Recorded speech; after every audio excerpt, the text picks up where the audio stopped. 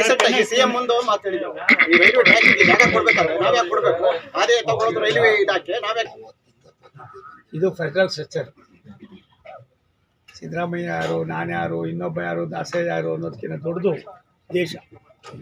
ದೇಶ ಅಭಿವೃದ್ಧಿ ಆಗಬೇಕಾದ್ರೆ ರಾಜ್ಯ ಅಭಿವೃದ್ಧಿ ಆಗಬೇಕು.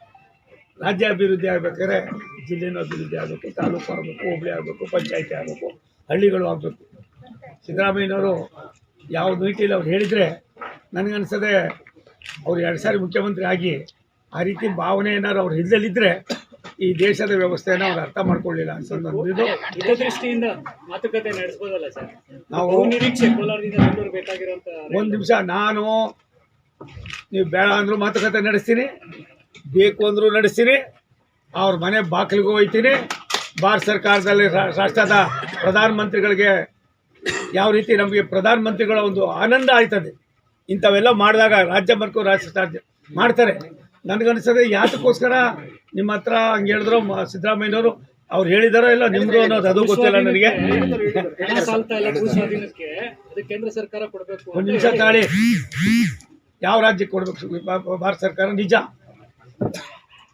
ನೀವು ನಿಮ್ಮ ಜಿಲ್ಲೆ ನಿಮ್ಮ ರಾಜ್ಯ ಅಭಿವೃದ್ಧಿ ಆಗಬೇಕು ಬೇಡ? ಹಿಂದೆ ಎಲ್ಲ ಯಾವ ರೀತಿ ನಡ್ಕೊಂಡು ಬಂದಿದೆ? ನಾನು ಅದು ಕೇಳ್ತಾ ಇಲ್ಲ. ನಮಗೆ ಜಮೀನು ಕೊಡ್ರಪ್ಪ ಸಾಕು, ನೀವು ಪ್ರಾಜೆಕ್ಟ್ ಎಲ್ಲ ನಾವೇ ಮಾಡ್ಕೋತೀವಿ. ಅಲ್ಲ, ಒಂದು ನಿಮಿಷ ತಾಳಿ, ಅದಕ್ಕೆ ನಾನು ಮಾತಾಡ್ತೀನಿ ಅವ್ರ ಹತ್ರ, ಅವ್ರು ಕನ್ವಿನ್ಸ್ ಮಾಡೋಕ್ಕೆ ಟ್ರೈ ಮಾಡ್ತೀನಿ. ಇಲ್ಲ ಅಂದರೆ ಹೆಂಗೆ ಮಾಡಿಸ್ಬೇಕು ಅನ್ನೋದು ನನಗೂ ಒಂದು ಸ್ವಲ್ಪ, ನಾನು ಬುದ್ಧಿವಂತೆ, ನಾನೇನು ದಡ್ಡ ಏನಲ್ಲ. ನನಗೆ ಭಾರತ ಸರ್ಕಾರ ಏನೆಲ್ಲ ಮಾಡೋದು, ಎಲ್ಲ ರಾಜ್ಯಗಳು ಅಭಿವೃದ್ಧಿ ಆಗಬೇಕು ಅಂತ.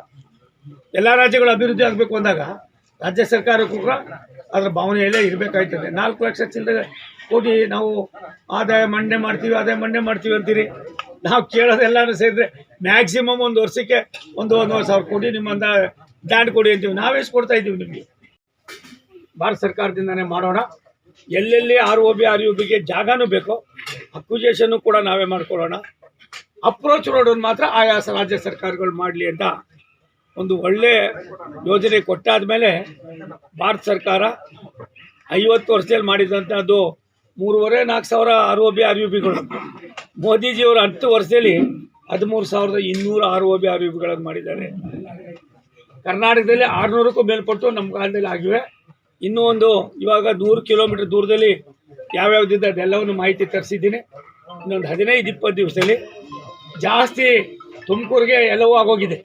26-25 ಆಯಿತು, ಎಲ್ಲ ಮಾಡ್ಕೊಬಿಟ್ಟು ಕೆಲಸ ಶುರುವಾಗಿದೆ. ಮತ್ತು 2ನೇ ತುಮಕೂರು ಕೋಲಾರನು ಕೂಡ ಆಗ್ತದೆ ಅನ್ನೋದನ್ನು ತುಂಬ ಸಂತೋಷದ ಹೇಳೋದಕ್ಕೆ ಇಚ್ಛೆಪಡ್ತೀನಿ.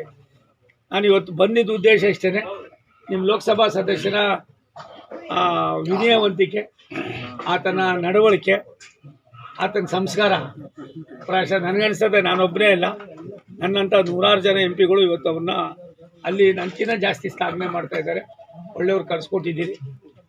NDA ಒಂದು ನಾಣ್ಯದ 2 ಮುಖಗಳಾಗಿ ನಾವು ಕೆಲಸ ಮಾಡ್ತಾಯಿದ್ದೀವಿ. BJP ಜನತಾದಳ ಒಂದಾದರೆ ಏನಾಯ್ತದೆ ಅನ್ನೋದನ್ನ ಲೋಕಸಭೆಯಲ್ಲಿ ನಮಗೆ ಅಂಥ ಟೈಮ್ ಸಿಗಲಿಲ್ಲ.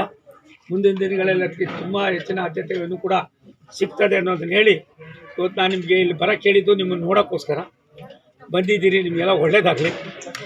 ನಾನು ಸತ್ಯ ಸಂಗತಿ ಅನ್ನೋದಕ್ಕಿಂತ ಹೆಚ್ಚಾಗಿ ಜಿಲ್ಲೆ ಅಭಿವೃದ್ಧಿ ಆಗಬೇಕಾದ್ರೆ ಜಿಲ್ಲೆಗೆ ಬರ್ತಕ್ಕಂಥ national highway authority, national highway ಮತ್ತು ರೈಲ್ವೆ ಇವೆರಡಕ್ಕೂ ಕೂಡ ನಾವು ಹೆಚ್ಚಿನ ಆದ್ಯತೆ ಕೊಡೋದ್ರಿಂದ ಇವತ್ತು ವಸಂತ ನರಸಾಪುರನೂ ನಿಮ್ದು ಯಾವುದಿದು ನರಸಾಪುರ, ನಮ್ಮದು ವಸಂತ ನರಸಾಪುರ ತುಮಕೂರಿನಲ್ಲಿ, ಅದಕ್ಕೆ ತುಂಬ ಅನುಕೂಲ ಆಗ್ತದೆ. ಆ ಅನುಕೂಲದ ಜೊತೆಯಲ್ಲಿ ಸಾಮಾನ್ಯರು ಬದುಕೋದಕ್ಕೂ ಕೂಡ ಸಾಕಷ್ಟು ಉದ್ಯೋಗಗಳು ಸೃಷ್ಟಿಯಾಗ್ತವೆ. ಕೆಲಸವನ್ನು ಒಟ್ಟಾಗಿ ಸೇರಿ ಮಾಡೋಣ.